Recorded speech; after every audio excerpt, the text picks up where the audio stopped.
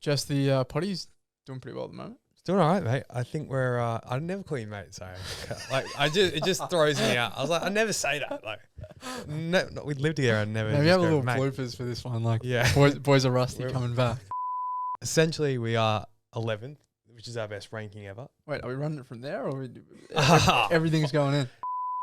I think we just run from here. Let's just keep going. We're too rusty to start again. All right, cool. So we're 11th right now in Australia, Top Arts Podcast. And I think our previous best was like 25th. So it's actually quite a large one. We just did a tote bag giveaway today. Yep. And what the people had to do, in case you're not across it, Jack, because you don't really care about the marketing. I know you care deeply about it, but you don't always ask what's going on. So what's going on there is people have to follow the podcast and turn notifications on. Smart. I think it's pretty smart. Yeah, I like it. I mean, we do have to send them a tote bag if they do it and pay shipping, and you'll be doing the numbers on that. Not smart. not smart. Well, we'll see, but yeah. So and we were 11th before we've done this tote bag giveaway. Yeah. So why do you think that is? How did we get to 11? You reckon? Well, there was a few articles written about us. It was a real Daily Mail, like, you know, we probably paid them to do it, to be honest. But I wasn't across it if we did that. So it might have been Digby, our videographer, trying to get us up the ranks. That was smart. Maybe try to get that bonus that he's looking for. Hey boys, 11th on the rankings. Who knows? But no, I think it was the Janine Alice podcast. Yep. A bit of notoriety with her name, I think. Yeah. And we posted a clip of her on TikTok, and it just absolutely riled up. I think a bit of PTSD from ex-Boost workers to some degrees. Some people, you know, were big Janine fans and some not so. But I think that's TikTok for you, you know. I've been posting there a little bit myself, and people are – it's the wild, wild west out there, Jack. Stay off there. It's funny how those, you know, kind of bootleg media services, like, write those articles and use all our footage and, you know, our photos – of our podcast without even asking. I was like, fuck, I don't know about that. Like, if there's any lawyers all the time, but if there's lawyers listening, like, I studied legal degree, I forgot all about it, so I need your help.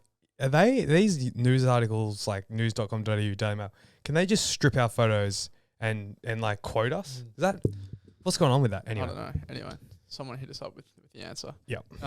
But yeah, the potty's been going really well. I know there was something else I was supposed to say on the podcast, or I was thinking about saying, but never mind. Well, don't stress yourself out, Jack. The most important thing today is we are diving into the 5 top products of 2024 that we think, and where we've come up with that decision is we spoke with really experienced brands, Earls, HB, you know, brands that have been around for a long, long time, and they're doing great things.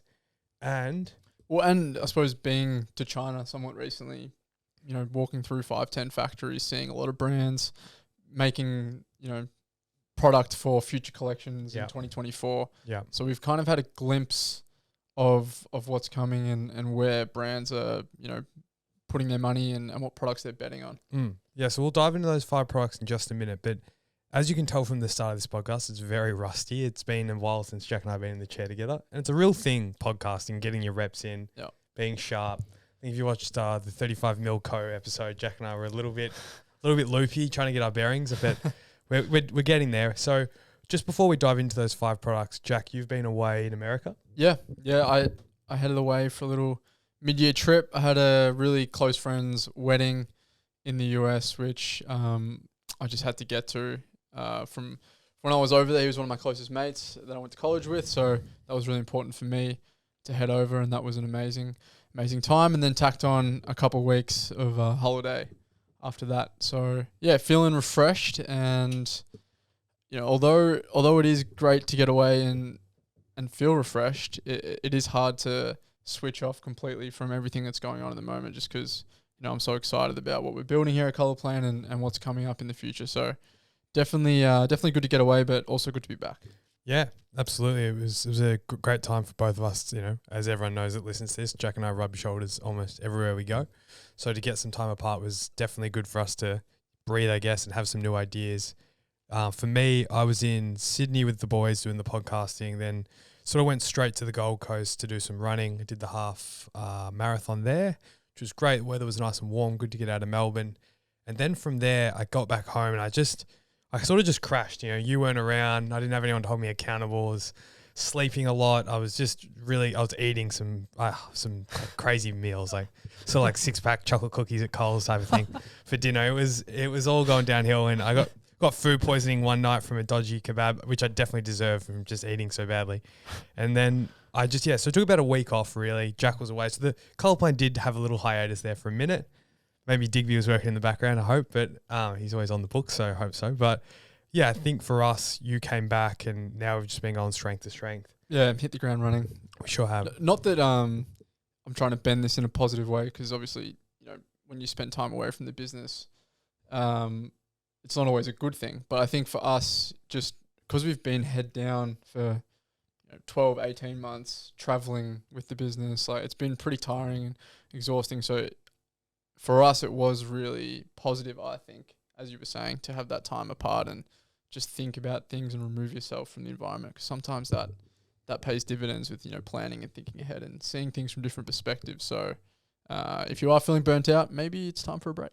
Yeah, no, I'm going to double down on that one. I think I distinctly remember Digby and I had a social media conversation about where the brand's going, and it was very deep and detailed, and we were both just very confused on a certain few elements. This was just before Jack left and before I was going to the Gold Coast. And we were just so confused, and it was a really bad feeling because we just couldn't conclude to where we wanted to head. And then, 3 weeks later, Jack's been away. I've just been sitting in quiet rooms and thinking and having time just to watch, lots of different content and come up with more creative ideas. It's done a world of good, for Digby and I. We've just been able to get on the same page a lot faster. So as you said, if you are in a bit of a rut, normally it could really be because you're doing too much. So that could be one for you. Cool. Let's get to these 5 products that we think are going to go big in 2024. Yep. Number 1, Jess, pretty broad, but knits and sweaters and knitwear. Yeah, absolutely. I think some of the best brands in the world are doing them and doing them really well. I think lots of different colours as well at the moment are doing great. I'm wearing a navy one at the moment, so I'm not going to say navy just because, if people are watching this at home, they might think I'm just talking about myself. But I think colours like green, really sort of like natural tones are doing really well. Mm-hmm. So if you are running a brand and, you're looking for your next product, I think you've got to be looking at a really heavyweight knit. Yep. Louis Brown at Earls is a great person to take inspiration from in that side of things too. His cardigans and knits that he's coming out with are amazing. Yep. Knits, 1, 2, soccer jerseys. Yeah, it's no secret. I think, the Matildas doing what they're doing right now, especially in Australia. The world's gone mad. I mean, Messi just moved to America. There's just all this hype on soccer that's, never been crazier, I don't think. Mm-hmm.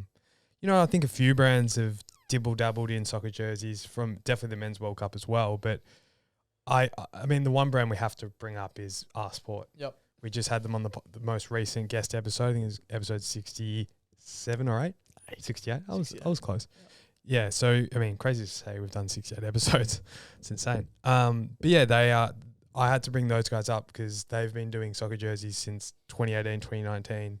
That's what they live and breathe. And if you're going to buy a soccer jersey from somewhere, I think it's got to be them. 100%.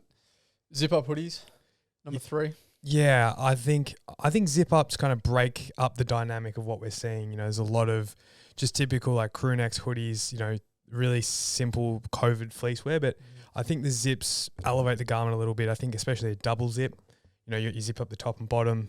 I think that's a really nice touch. You'll definitely see more of those coming. Yep. Running hats, like 5-panel style structured hats. Obviously been done a fair bit, but still going strong. Yeah, they definitely are. I mean, lots of brands are diving into them, selling them. From what we see, working with so many brands, they're certainly selling. I think this is one to be careful with. I think it's coming to the end of its journey. Mm-hmm. Cool. Long sleeve t-shirts was number 5. Yeah, this is more like probably more a personal one of you, Jack and I's. We've been, I think long sleeves were really big in about 2012, 2013.